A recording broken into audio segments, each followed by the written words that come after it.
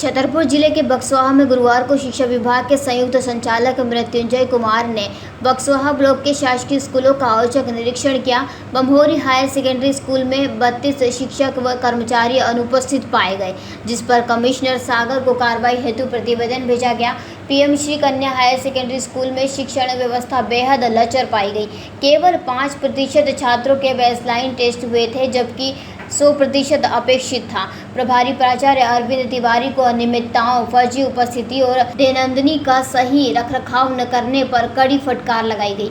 निरीक्षण के दौरान प्राचार्यगण आवश्यक जानकारी देने में असमर्थ रहे। संचालक ने शैक्षणिक गुणवत्ता सुधारने, उपस्थिति नियमित रखने और शासन के निर्देशों का कड़ाई से पालन करने के निर्देश दिए हैं। मैं विद्यालय में आया तो विद्यालय में हमारे शिक्षकों की उपस्थिति उनको ठीक ठाक मिली, लेकिन प्राचार्य महोदय से चर्चा की कि भाई विद्यालय का परिणाम पिछले साल अपेक्षानुरूप क्यों नहीं रहा। इसके बाद मैंने कहा कि भाई मुझे दैनंदिनी दिखाइए, दैनंदिनी मुझे प्रॉपर नहीं मिली यहाँ पे। मैंने कहा बच्चों की कॉपी जची हुई दिखाइए, वो जची हुई कॉपी नहीं मिली। फिर मैंने ये पुस्तकालय वाला रजिस्टर मंगाया, वो भी नहीं मिला। फिर मैं क्लास में गया तो क्लास में मैंने बच्चों से, जो हमारी शासन की महती योजना है, जो सबसे प्रारंभिक बात है कि बच्चे का जिस दिन विद्यालय में एडमिशन होना चाहिए कक्षा 9th में, उसी दिन उसका बेसलाइन टेस्ट लिया जाना चाहिए। बेसलाइन टेस्ट के आधार पर बच्चे की ग्रेडिंग की जानी चाहिए। ABC का एक ग्रेड का अलग बच्चा होगा, उसकी क्लास अलग होगी। D और E ग्रेड का एक क्लास अलग बनेगा। D और E ग्रेड की जो क्लास बनेगी वो कमज़ोर बच्चे होंगे, उनके साथ सख्ती से प्रतिबंधित किया जाएगा कि ABC ग्रेड वाले बच्चे ना बैठें, ताकि वो कमज़ोर बच्चे क्लास में जब जाएं तो अपनी बात शिक्षक के सामने रख सकें। इसमें आधा समय का बंटवारा है।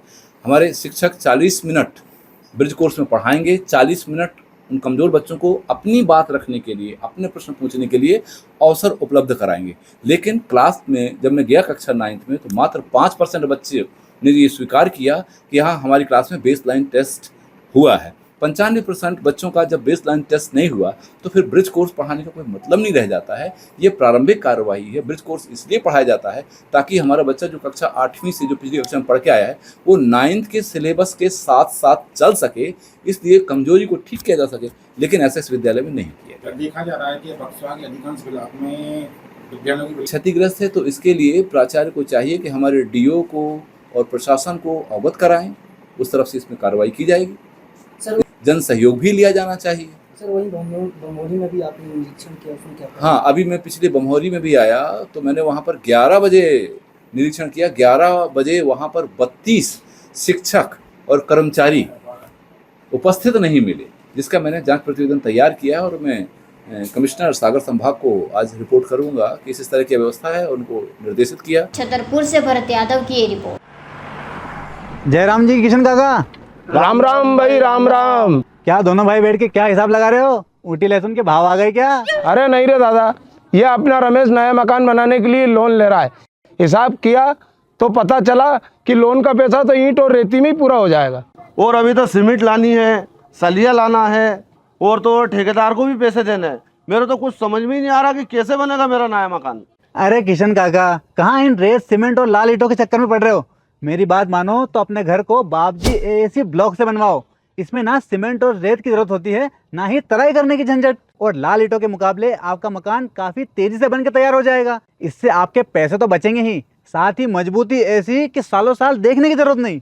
और इससे आप अपना मकान ही नहीं, कुएं और खेत की बाउंड्री वॉल भी बनवा सकते हो, जिससे रोजड़ों की समस्या भी खत्म हो जाएगी। वाह भाई, ये तो कमाल की चीज है। फिर तो मैं अपना घर बाबजी ब्लॉक से ही बनवाऊंगा। और मैं अपने खेत की बाउंड्री वाल।